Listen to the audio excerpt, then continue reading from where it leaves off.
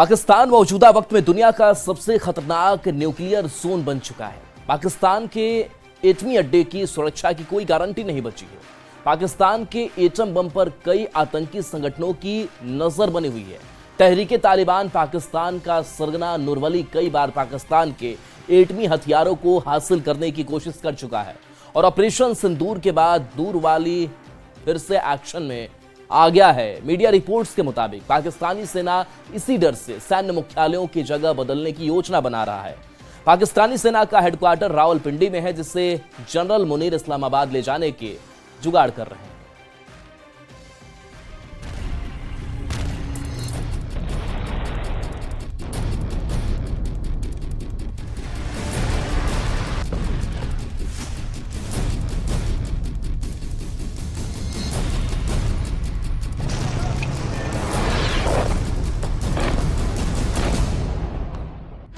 धरती के सबसे खतरनाक nuclear zone. Number 1 Pakistan, number 2 Iran, number 3 उत्तर कोरिया, नंबर 4 रूस, नंबर 5 फ्रांस।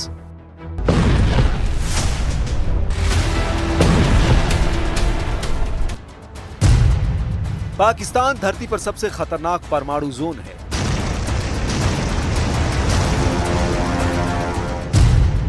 पाकिस्तान के एटम बम पर कभी भी ढाका पड़ सकता है।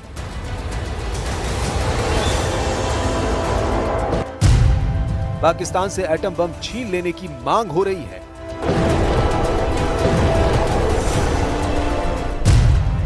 पाकिस्तान के परमाणु बम से दुनिया को कौन बचाएगा?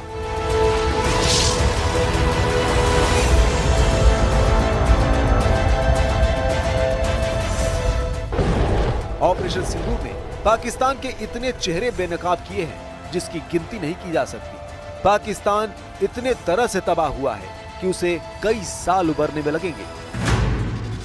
3 दिन के युद्ध में पाकिस्तान की सेना की हार हुई, पाकिस्तानी हथियारों की पोल खुली, पाकिस्तानी जनरलों की हेकड़ी निकली, पाकिस्तान सैन्य ठिकाने तबाह हुए और पाकिस्तान के एटमी खतरे को दुनिया ने जान लिया। जब हमारी फौजें न्यूक्लियर ब्लैकमेल की धमकी की हवा निकाल देती है तो आकाश से पाताल तक एक ही बात गूंजती है, भारत माता की जय। कि ऑपरेशन सिंदूर अभी खत्म नहीं हुआ है। जो कुछ भी हुआ है वह सिर्फ एक ट्रेलर मात्र था। अब समय आएगा, जब भी सही समय आएगा तो हम पूरी पिक्चर भी दुनिया को दिखाएंगे।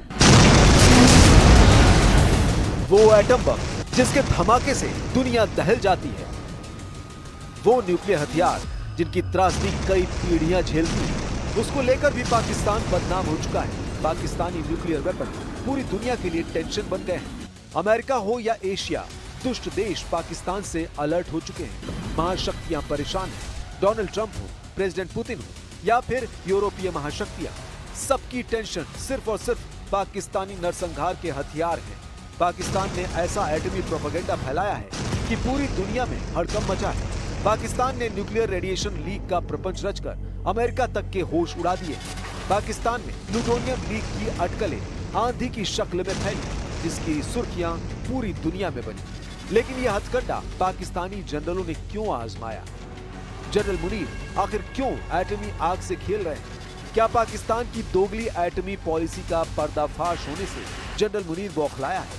रक्षा मंत्री राजनाथ सिंह ने जब से पाकिस्तानी परमाणु बमों की निगरानी की सख्त जरूरत की मांग की है, पूरे पाकिस्तान में कोहराम मचा है। पाकिस्तान ने ऑपरेशन सिंदूर के बाद किराना हिल्स में न्यूक्लियर रेडिएशन का मनगढ़ंत ड्रामा रचा। पाकिस्तानी सोशल मीडिया में किराना हिल्स पर बने खुशब परमाणु परिसर में प्लूटोनियम के रिसाव का ढोंग किया गया, जिसके बाद अंतर्राष्ट्रीय परमाणु ऊर्जा एजेंसी ने सभी अटकलों को खारिज करने के लिए बयान जारी किया। IAEA ने साफ कर दिया कि पाकिस्तान के किसी भी परमाणु ठिकाने से कोई रेडिएशन लीक नहीं हुआ है। भारतीय सेना ने इन अटकलों को उसी दिन खारिज कर दिया था जब किराना हिल्स पर हमले को लेकर पाकिस्तान ने हवा बनानी शुरू की थी। Thank you for telling us that Kirana Hill houses some nuclear installation. We did not know about it. Okay. And we've not hit Kirana Hills, whatever is there. Okay. I did not brief in my briefing yesterday. Bharat ने पाकिस्तान को जहां जहां घुसकर मारा उसके सबूत पूरी दुनिया को दिखाए, लेकिन पाकिस्तानी जनरलों के शैतानी दिमाग से निकले फितूर ने सबसे बड़ी बात उजागर कर दी, बात एटमी खतरे की।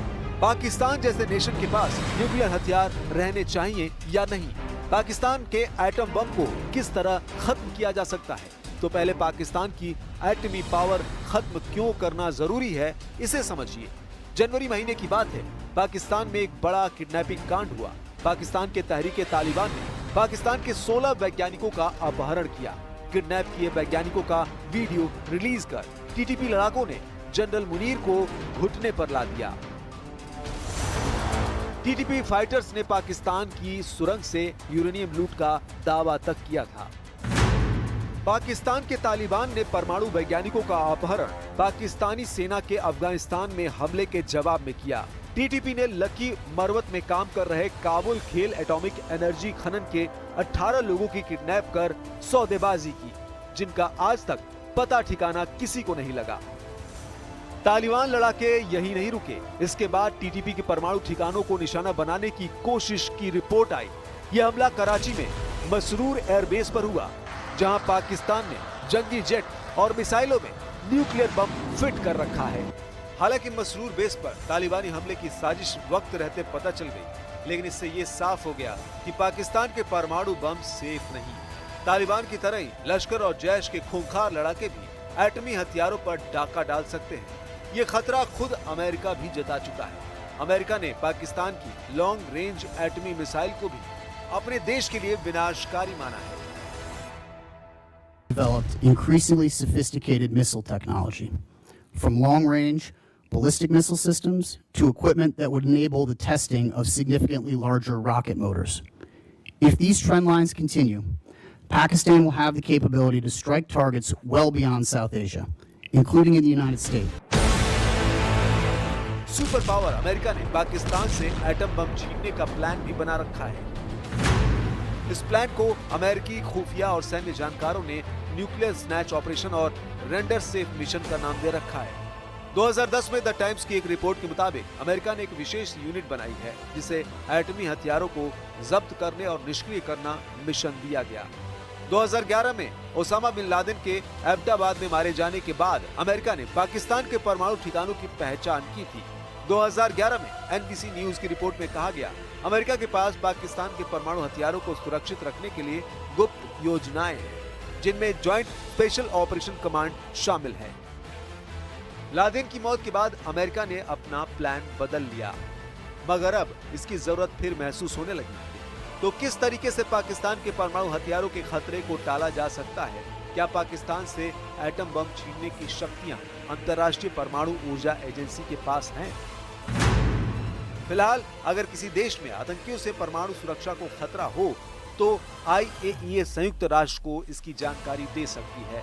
एटमी पावर देश पर कोई भी कार्रवाई तभी हो सकती है जब UN सिक्योरिटी काउंसिल कुछ तय करे। आज की तारीख तक अंतर्राष्ट्रीय परमाणु ऊर्जा एजेंसी ने किसी भी देश के परमाणु हथियारों पर कब्जा नहीं किया है, लेकिन कुछ मामलों में IAEA ने निगरानी की है, वो भी उस देश की सहमति लेकर। ईरान के न्यूक्लियर प्रोग्राम पर IAEA ने सेफगार्ड इंस्पेक्शन किए हैं। हालांकि UN सिक्योरिटी काउंसिल किसी देश को एटमी थ्रेट मान ले तो एक्शन लिया जा सकता है। UN सिक्योरिटी काउंसिल के चैप्टर 7 के तहत UN के सदस्य देश जैसे अमेरिका, फ्रांस आर्मी एक्शन लेकर किसी भी देश के परमाणु हथियारों को कब्जे में ले सकते हैं। वक्त की दरकार है कि पाकिस्तान जैसे देश से फौरन एटम बम छीन लिए जाए। इंसानियत की खातिर ये एक्शन जितना जल्द हो सके महाशक्तियां लें। अगर इस मिशन में ज्यादा देर हुई तो पाकिस्तान के सिरफिरे जनरल खुद ही एटम बम का सौदा आतंकी आकाओं से कर सकते हैं, जिन जनरलों ने मौत के डर से अपने सैन्य मुख्यालय को बदलना शुरू कर दिया है। पाकिस्तानी मीडिया रिपोर्ट्स के मुताबिक पाकिस्तानी सेना के जनरल हेडक्वार्टर को रावलपिंडी से हटाया जा सकता है। रिपोर्ट्स में कहा गया कि पाकिस्तानी सेना के जनरल हेडक्वार्टर, जिसे CHQ कहा जाता है, उसे अब राजधानी इस्लामाबाद से ट्रांसफर किया जा सकता है। पाक सेना का मुख्यालय फिलहाल रावलपिंडी के चकलाला में है और यहाँ से कुछ किलोमीटर दूर नूर खान एयरबेस है, जहाँ भारत ने खतरनाक मिसाइल हमला किया था। जनरल मुनीर अपने अड्डे बदल रहे हैं, जनरल मुनीर अपने नए दांव चल रहे हैं, लेकिन पाकिस्तान का ये स्वयंभू फौजी तानाशाह अपनी ही चाल में बुरी तरह फंस गया है। पाकिस्तान में जनरल मुनीर के खिलाफ जबरदस्त गुस्सा है। पाकिस्तान मिलिट्री के जनरल मुनीर से खफा है, जिससे आने वाले दिन में पड़ोसी मुल्क में भीषण खून खराबे का दौर शुरू होने की भविष्यवाणी कट्टर मौलाना करने लगे हैं।